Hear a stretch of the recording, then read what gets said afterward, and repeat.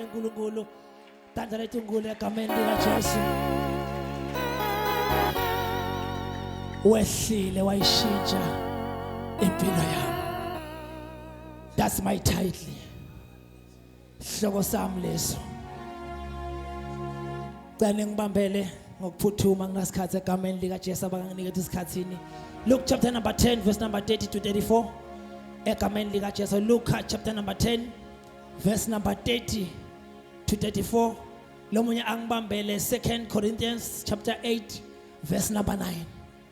Egameni lika Jesu. Luke chapter number 10 verse number 30 to 34. Lomunye angibambele 2 Corinthians chapter number 8 verse number 9. Luke chapter 10 verse number 30. Jesu waphendula ngekuthi umuntu lothite abephuma eJerusalema aya eJericho. Wahlaselwa igebengu, datsabula ingubo takhe, damshaya, damshiya asatawufa. Verse 31. Kwendeka kwendlula umpristi ehla ngaleyo ndlela. Wathi kube ambone lo muntu wamgeka. 32. Kanjalo nemlevi wefika lapho waya wambuka lo muntu naye washaya ngale kwakhe. 33. Kepha umSamaria lothite lebehamba ngaleyo ndlela wamkhanza, wathi kube ambone lo muntu wamhawukela. 34. Waya kuye wamthela ngelwayini amgcobisa nangemafutha emancebeni, wobopha ngendvangu, wase umgibalise embongolweni yakhe, wamisa endlini yetihambi lapho amongela khona. Kwesithandazele sesi. Babe lo muhle egameni lika Jesu Kristu waseNazaretha. Busisa babe kufundwa kwelivu lakho, nangisimakathi inceke yakho isamile phambi kwethu, phefemula ngayo in the mighty name of Jesus Christ I pray, amen. Oh hallelujah. Siyabuya ku 2 Corinthians chapter 8 verse number 9. Ngivumele mntasekhaya kusihlwa egameni lika Jesu ngikhulume nawe na indzaba before ngihlala phansi. Kuthiwa umuntu lothita besuka eJerusalema uyahamba lihambo lakhe liya eJericho.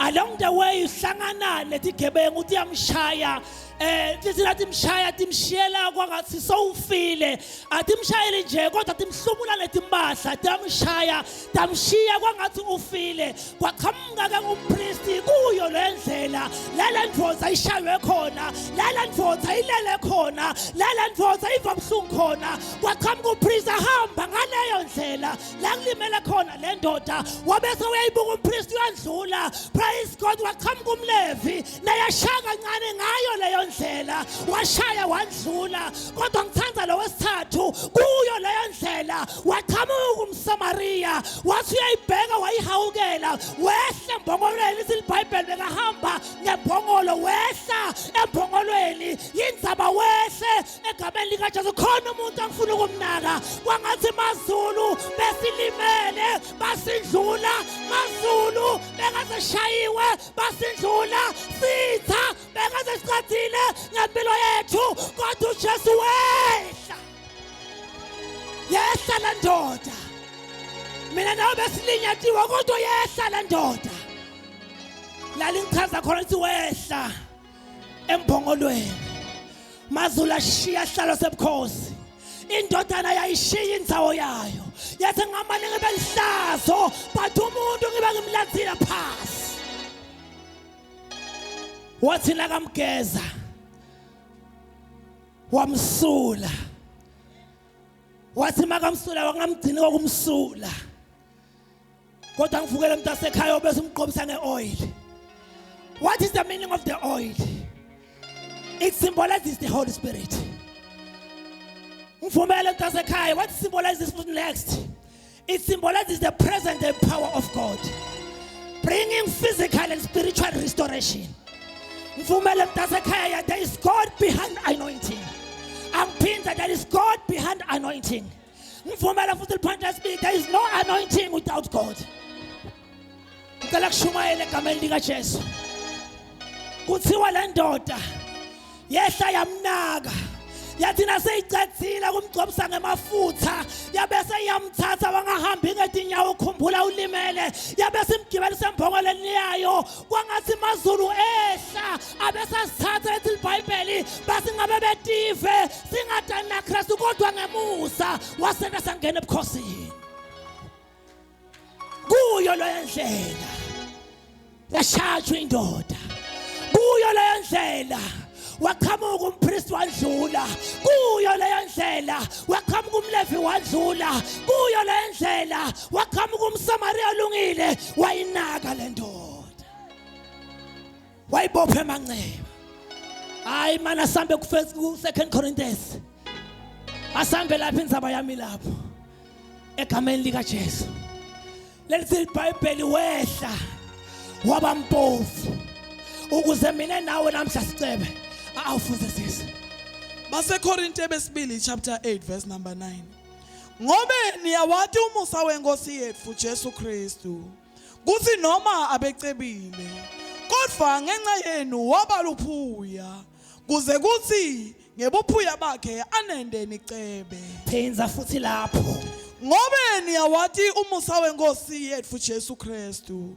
kuthi noma abecebile kodwa ngenxa yenu wabaluphuya kuze kuthi ngebuphuya bakhe anende nicebe kuze kuthi ngebuphuya bakhe asende sicebe wawashiya emazulu ayinkosi anjalo wawashiya emazulu aphakema njalo wayishiya ingadimu lasekhaya ezulwini egameni lika Jesu angcwela njalo kuze mina nawe ebuhlungwini bakhe sikhona ukubenefita ngifuna wena mntasekhaya sisindiwe sinje inkinga siphume enqabeni kukhona umuntu owenza ubuhlungu ukuze mina nawe silanzwe ukuze mina nawe silanzwe ufuna uqala ibhizinisi kodwa ufuna wathi kuyo le ndlela ukhona umlevi kuyo le ndlela ukhona umSamaria olungile siyakholwa endleleni yokholwa kuyo le ndlela ukhona umlevi kuyo le ndlela ukhona umpristi kodwa kuyo le ndlela ukhona umSamaria kuyo le ndlela ngishaya inzaba esikhathi kuyo le ndlela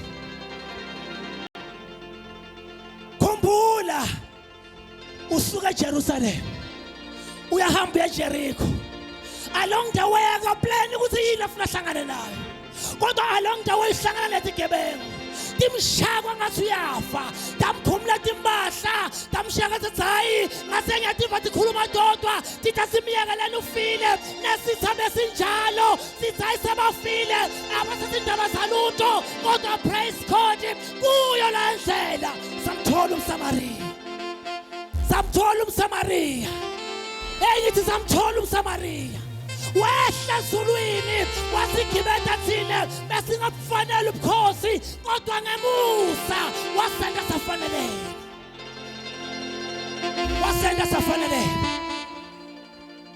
safanele shayile baba tanza letingule egameni lika Jesu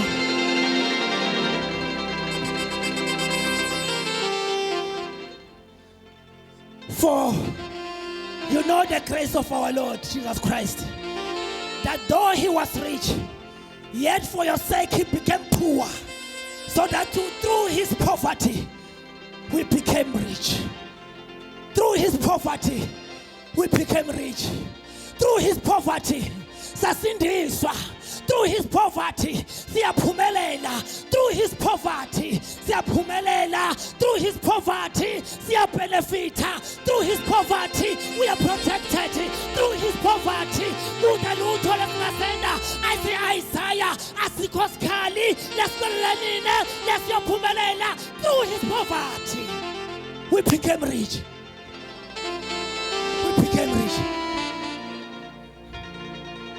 Funa wathi mntasekhaya ufuna kuyohlala phansi kule business oqala lona funa wathi khohlakala takhona tikhona nasekholwa tikhohlakala takhona tikhona but akusho ukuthi umSamaria ke akusho ukuthi indoda elungile ayikho.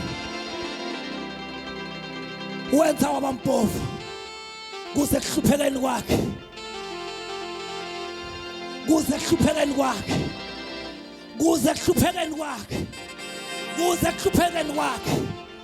Sicebe inkosi yemusa ayimfusise.